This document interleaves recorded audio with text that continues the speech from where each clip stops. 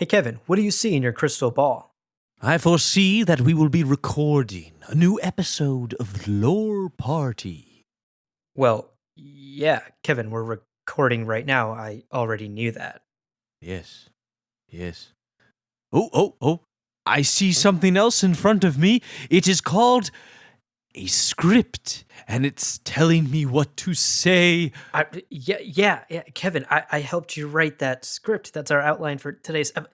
I I paid you $50 for this bullshit reading. No refunds.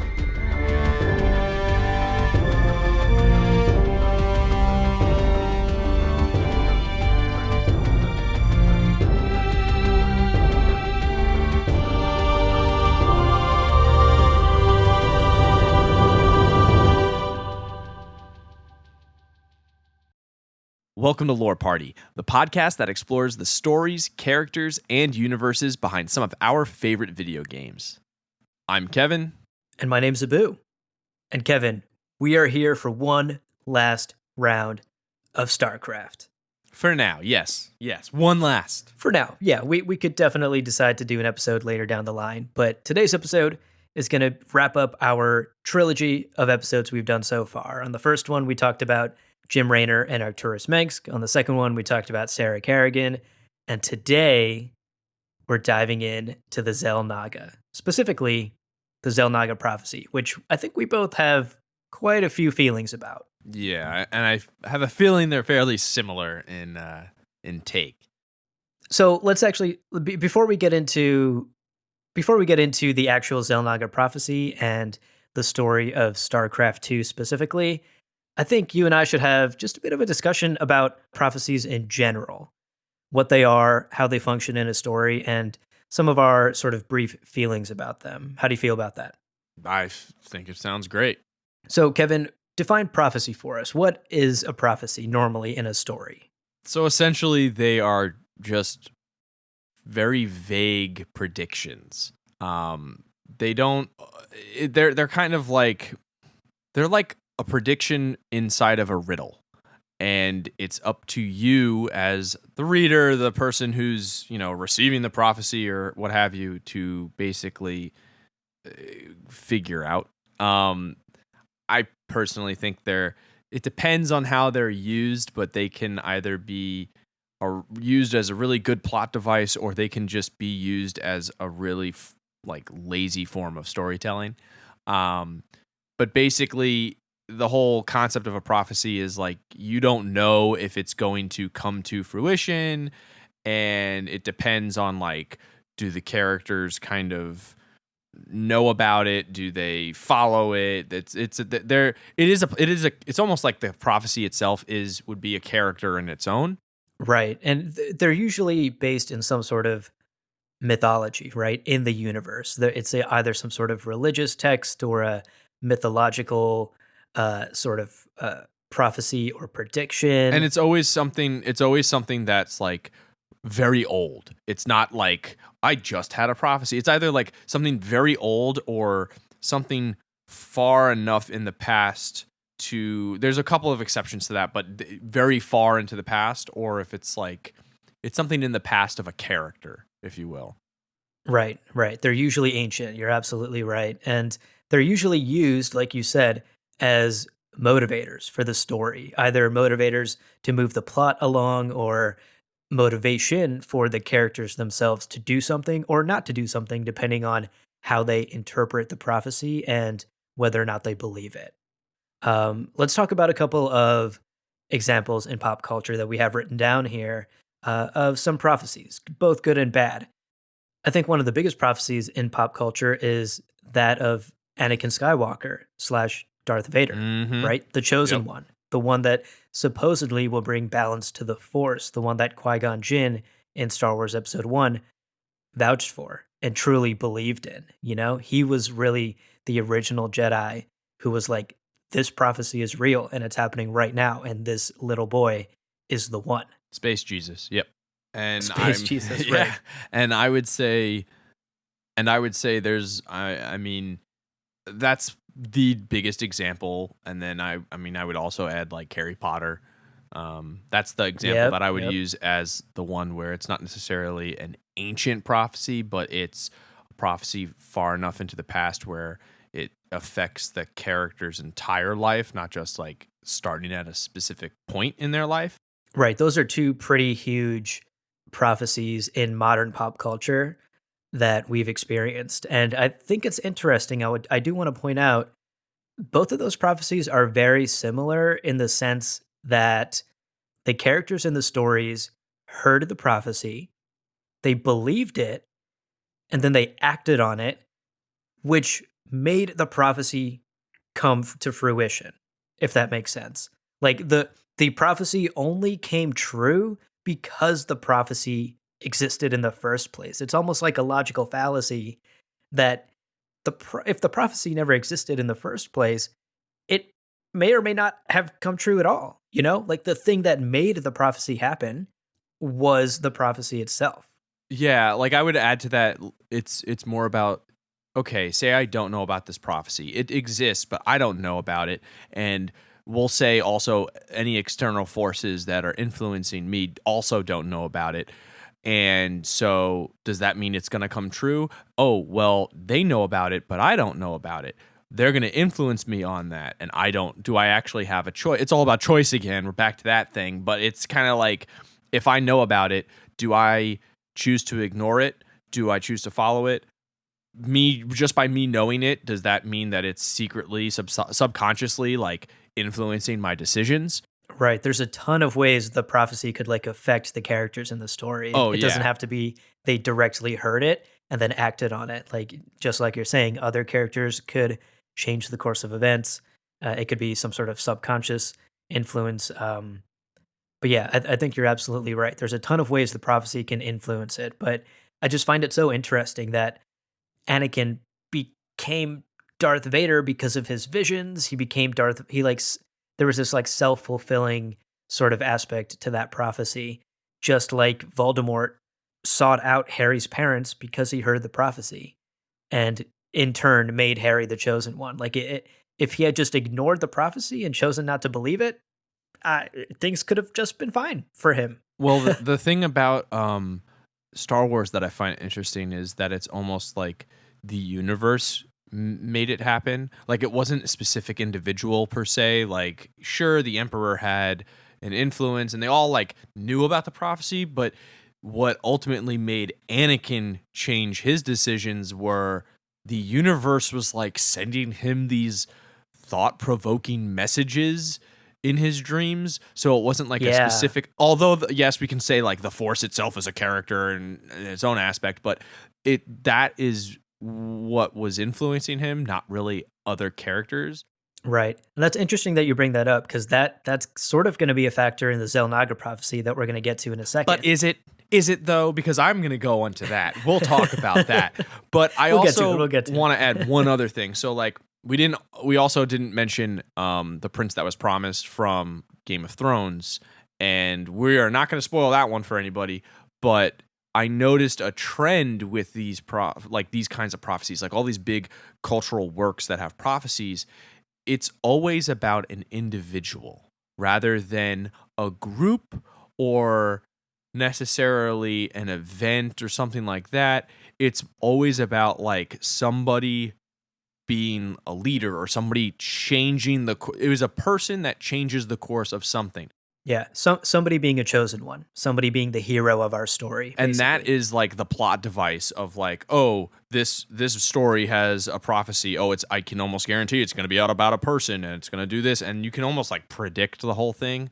The only one that I will say that has a prophecy, and it's only fresh in my mind because I just binged the whole show, is Ash versus Evil Dead. It's total bullshit and I love it, but the way that I'm not going to spoil anything, but that is the best example of a character not giving a living shit about a prophecy about them. He could care less. He's like, "Oh, there's a prophecy, cool story, bro. I'm going to go kill this deadite." Like he doesn't care. And I think that's like the only character that I've experienced in a pop culture kind of situation like this, a story where I don't think subconsciously it actually affected them at all. Yeah. Well, that's sort of the point of a prophecy in a story, right? Is it's a motivator. It gets the characters to do something. It's really interesting that the characters in that show, I haven't seen the show that you're referencing, but it's interesting that this person heard the prophecy and was just like, "Okay, bye." Like, I don't Yeah. care.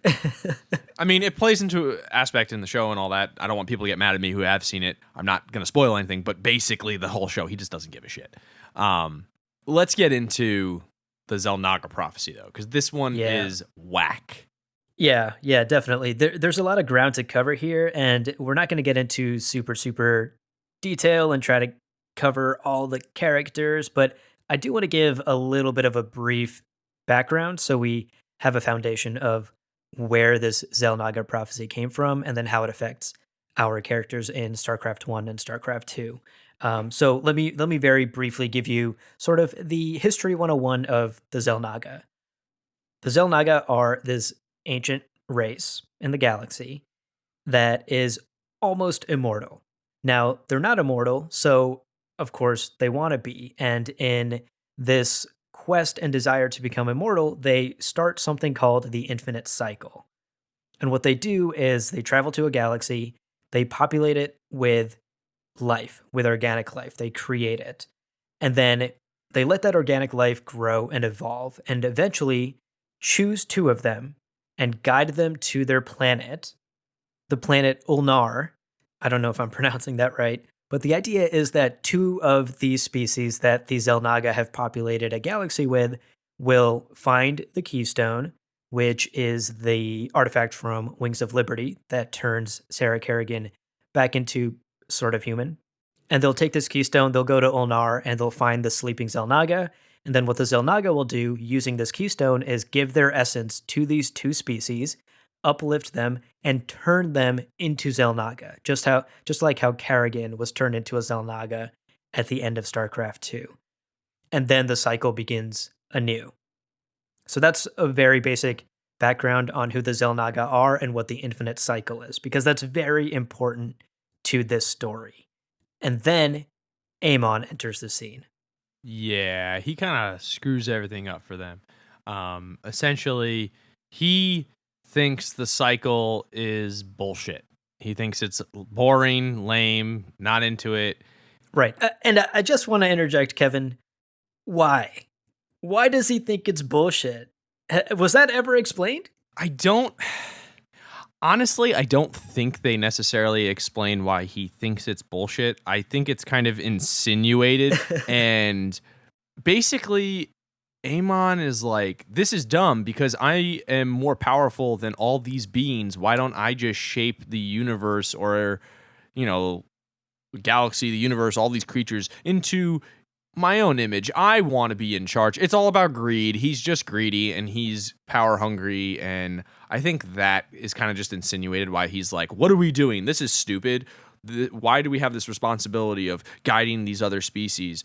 We are essentially gods to them. Why don't we act like gods? Like that's kind of, I think that's kind of his whole decision-making process. And so when he decides to intervene with like the whole Zerg Protoss like development, he kind of wants to create his own species out of the two.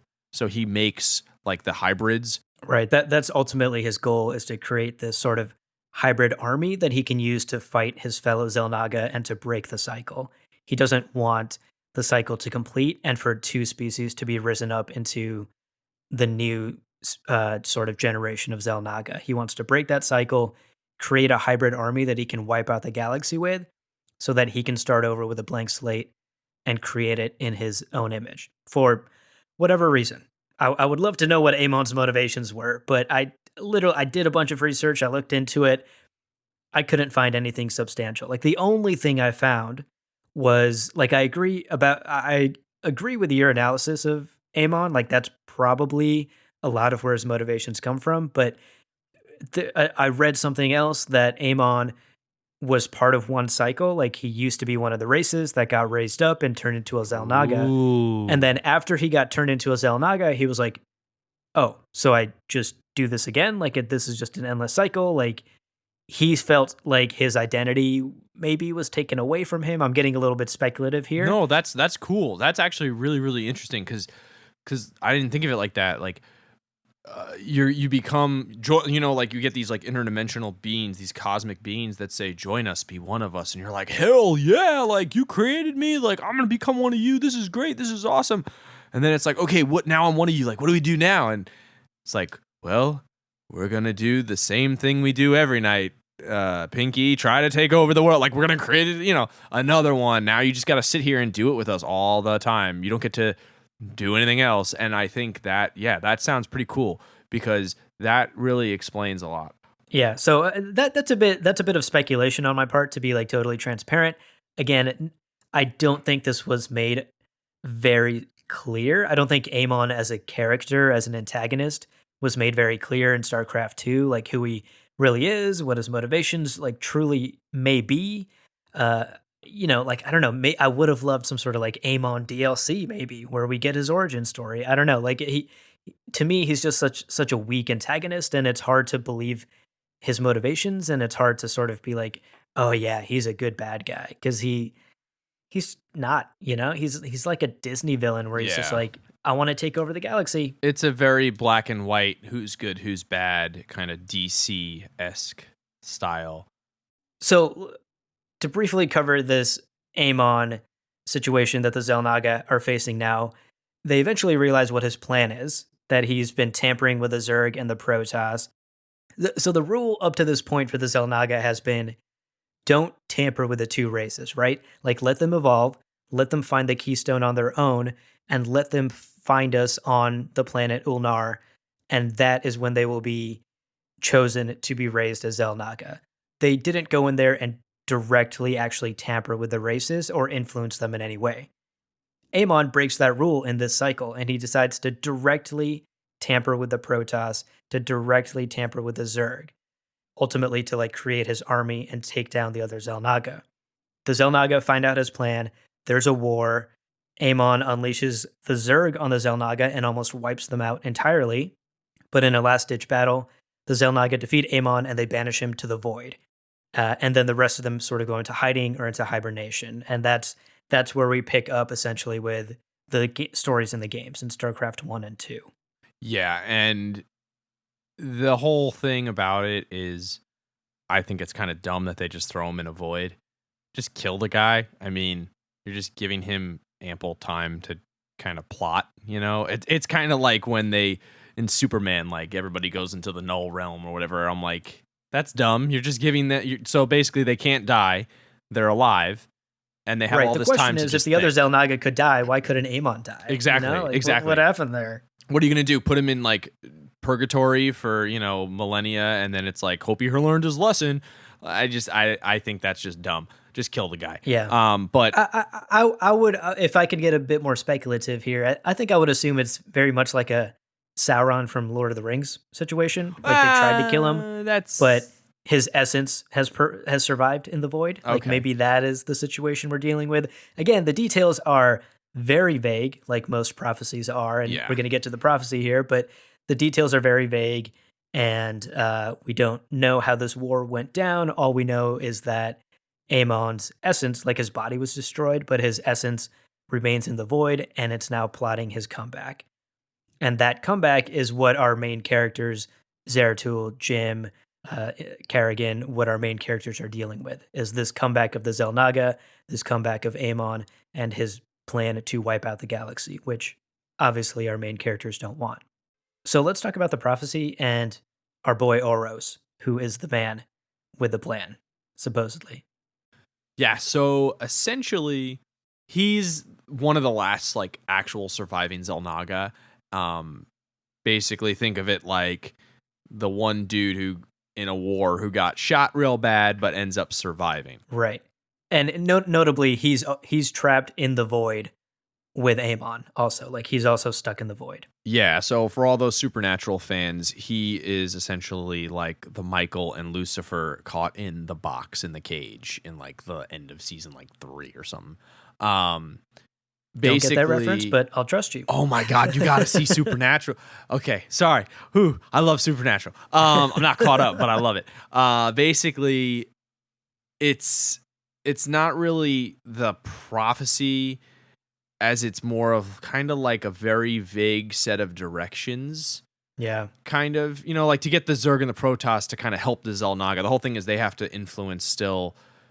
He has to influence the universe still, our dimension.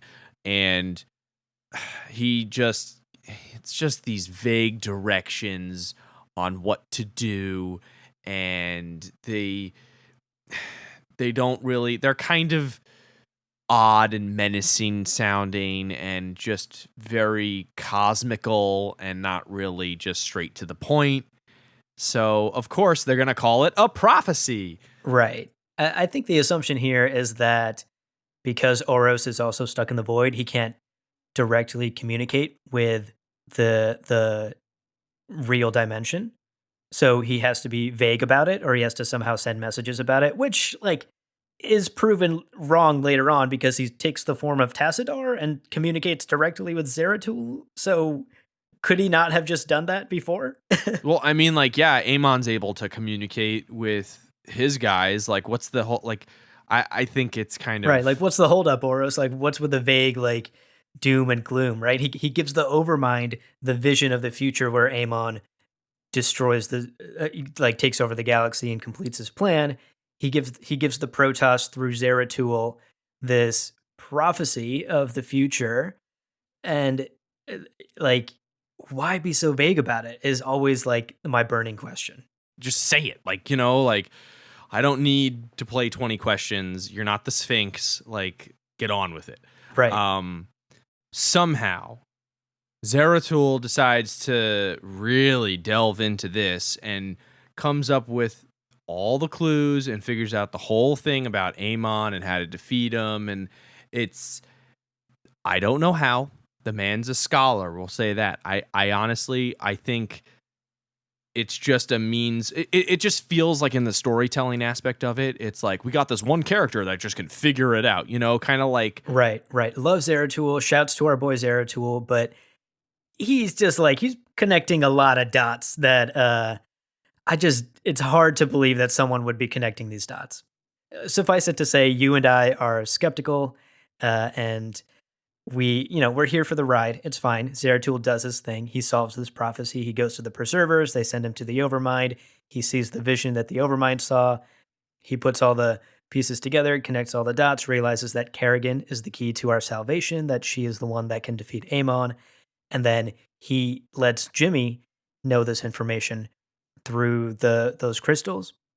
So now our main characters know what's up as well. Jimmy and the Terrans know what's up. Zeratul has told Artanis. Artanis doesn't necessarily believe it to begin with, but ultimately Zeratul convinces him as well. And then, of course, Kerrigan, who becomes the Primal Queen of Blades because Zeratul tells her about the prophecy, doesn't necessarily believe it, but she also knows about it. So eventually, Zeratul does his job, and he lets everybody know about the prophecy. That ultimately leads to saving the galaxy, the defeat of Amon, and Oros transfers his essence to Sarah Kerrigan. She becomes the final Xel'Naga, right? Like, the Xel'Naga are dead. Amon does manage to kill the sleeping Xel'Naga at one point in the story. And Kerrigan and Oros are truly like the last Xel'Naga left. Oros sacrifices himself, gives his essence to Kerrigan. She becomes the final Xel'Naga. And interestingly enough, the cycle is broken, right? Like, Amon was defeated, but the cycle's done. There's no more Xel'Naga cycle. There's no more infinite cycle. It's over. Okay, we're going to take a quick break here, but stick around. We'll be right back.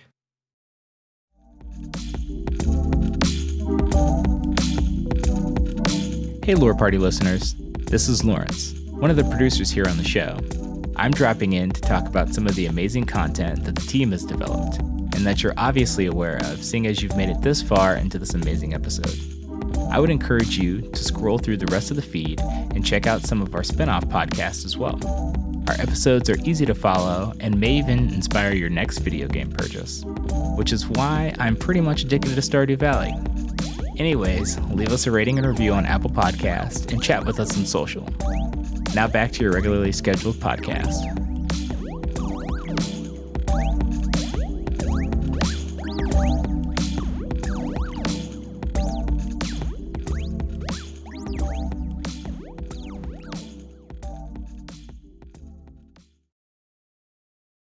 I do want to take a minute to sort of wrap up here and to wrap up our thoughts on this episode and the Xel'Naga prophecy, if prophecy is what you can really call it, by sort of sharing our thoughts. Because I think it's pretty clear what we think about this part of this story in StarCraft II, what we think about the Xel'Naga and Hmm. their prophecy and the cycle.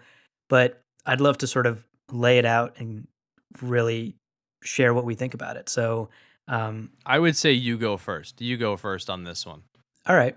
So I think to be totally clear, I thought the Xel'Naga prophecy was the weakest part of the story in StarCraft 2.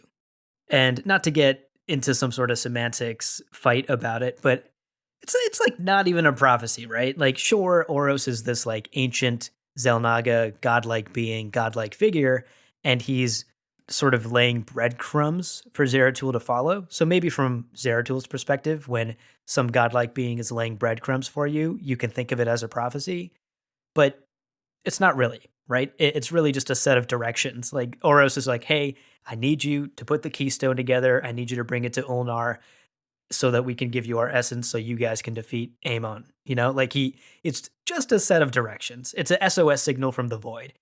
Um, so again, not to get like nitpicky about it, doesn't matter what we call it. I think it was still a weak storytelling choice, but that was my first issue with the prophecy was that it just was a bad prophecy, start to finish. And I think we've sort of beat that horse to death and beyond, so we don't have to continue digging into that. Well, I'm gonna dig, okay? I'm just gonna give you my whole thing on this. Yeah, let's hear it. I think the whole concept of prophecies, they're kind of bullshit. I think it's lazy writing. It can be used really well, like as a plot device. If you really do it correctly, it can be used very well. I don't really think it served any like heavy processing. Like when I'm reading a story and it's kind of like a mystical thing or like sci-fi like this, you're looking for twists, you're looking for something that really keeps you reading, and this didn't keep me going. This was like it kind of felt that they didn't know how to get their story across, so they just used some cheap trick to try to just get to an end to have an ending. Do you know what I mean? Like Right. we want to make you have like these feelings that these characters are important. Really, we don't know why. We can't figure it out, so we're just gonna like put it together like it's some dumb thing that I'm even having trouble to do it because it's just dumb. It's just lazy. I didn't like it. Yeah. And I think if I didn't like the characters in StarCraft so much, like if I didn't love Kerrigan, if I didn't love Jimmy and even Arcturus Mengsk and Zeratul and Artanis, I like I would have had no motivation to finish this story. You know, the Oh yeah. story and the plot itself wasn't compelling. It was the characters in it that I was here for. The characters were the reason I stayed, and the story was just something I plowed through. I was there for the characters and the universe that was already established. But at least in Star Wars, it's like, hey, there's a chosen one. They're going to be born. Force, we know there's dark, light. This one's bringing balance to the Force. Even that was still a little vague. How are they going to do that? What do you mean by balance to the Force? Like, there's Right. your own interpretation of prophecies, that whole aspect of it. I mean, at least Harry Potter Well, I think that's a itself. good way to do a prophecy, right? Like if a prophecy is vague in the sense that it's ambiguous, that you could interpret it multiple ways, that's interesting. Like what does balance to the force mean? That's an interesting interpretation because for the Jedi, balance to the force means make it good, get rid of the Sith, no more dark side. But we've come to learn and we've come to interpret that prophecy as potentially just meaning balance to the force, as in the dark and the light are equally powerful. I think like an ambiguous interpretation of a prophecy is interesting. That's a good way to do a prophecy because you don't really know what you're getting into. Like the prophecy isn't just telling you what's happening, or it isn't just telling you where the plot's going next. There's a question. There's a big question mark there. At least these prophecies give you a real kind of explanation still that is understandable that you can interpret. Whereas this Right, one, right. I didn't know what the hell was going on. Again, how the hell does Zeratul know this shit? Like, what is it? What? What? Right. Like, my New York That accent is that's coming out now another because I'm. that's another interesting point that you bring up. Like we as the consumer of this story couldn't figure that prophecy out on our own. Like it wasn't until Zeratul started putting pieces of the puzzle together that we started following along. Like, that's not fun, you know? Like, you have to create that dramatic irony with the reader, with the watcher, with the player as they're interpreting the story and this prophecy. Like, that is like when I'm reading Harry Potter and I read the prophecy, I'm like, oh shit, I think I know what this means. Oh, this could mean this. Like, I'm also trying to break it down and interpret it. You can't do that with the Xel'Naga Prophecy until Zeratul just figures it out for you. It makes it feel like, I use the term reader in like the literary sense, like it makes it feel kind of, with the whole Xel'Naga Prophecy, like the writer felt as if the reader was too dumb to figure it out. Therefore, Yes. you just made it as a plot device for a character to just know about and just say it. Yeah, absolutely. I will say one last thing I want to say is it may sound like we have been shitting on StarCraft for the last 30, 40 minutes, but just to backpedal a little bit, I realize that in universe there are potential reasons for why these things could be, right? Like all the Yes. problems that we've laid out that we have with the story in StarCraft II, with the prophecy itself, with the way the Xel'Naga acted, there's like maybe reasons why that is, right? Like Oh, yeah. maybe Amon was like Sauron and he was able to protect his essence in the void. Maybe Oros was powerless in the void and so had to be vague because he was powerless. Yada, Maybe you know, Amon had him in a headlock. I don't know. Like that. Well, I'm agreeing with you on this one because it feels like there can be so many in-universe explanations, and it just felt like the execution was what was off. Right. Well, it just like we shouldn't have to like speculate on like, oh, maybe this is the reason this didn't work. You know, like the onus shouldn't be on the player to sort of come up with these in-universe reasons why something would happen. Like the writers, the storytellers should have already thought of that reason, and that reason, if not clear, should be easy to decipher. You know, like if you are heavily invested in the lore, you can easily be like, oh, of course, like when you go to the void, you lose your power. That's established. We already know that. And that's obviously what happened to Amon and Oros. Like, Yeah. but like that's not established. We don't know that, so we just have to like come up with these reasons why the story would unfold the way it did. And the consumer shouldn't have to be the person coming up with reasons to plug the holes in this ship.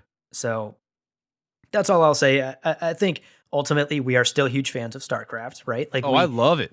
We are so passionately shitting on it in this episode because we care so much. Like the universe is amazing, the characters are amazing. I mean, listen to our last 2 episodes. We do nothing but gush about James Raynor and Kerrigan, and to some extent we even talk about Arcturus Mengsk in a positive light. Like we love these characters, we love this universe, and we loved both of the games. There were just some very clear problems with the storytelling in the second game. And we are just very passionate about it, and I think it's our passion that makes us so upset that the story fell so flat in a world we loved so much. Well, that about wraps it up. We hope you guys enjoyed this episode. If you did, please take a second to rate and review us on Apple Podcasts. It really helps us grow the show. And be sure to connect with us on Twitter and Instagram @lore_party. Thanks for listening, and we'll catch you guys next time.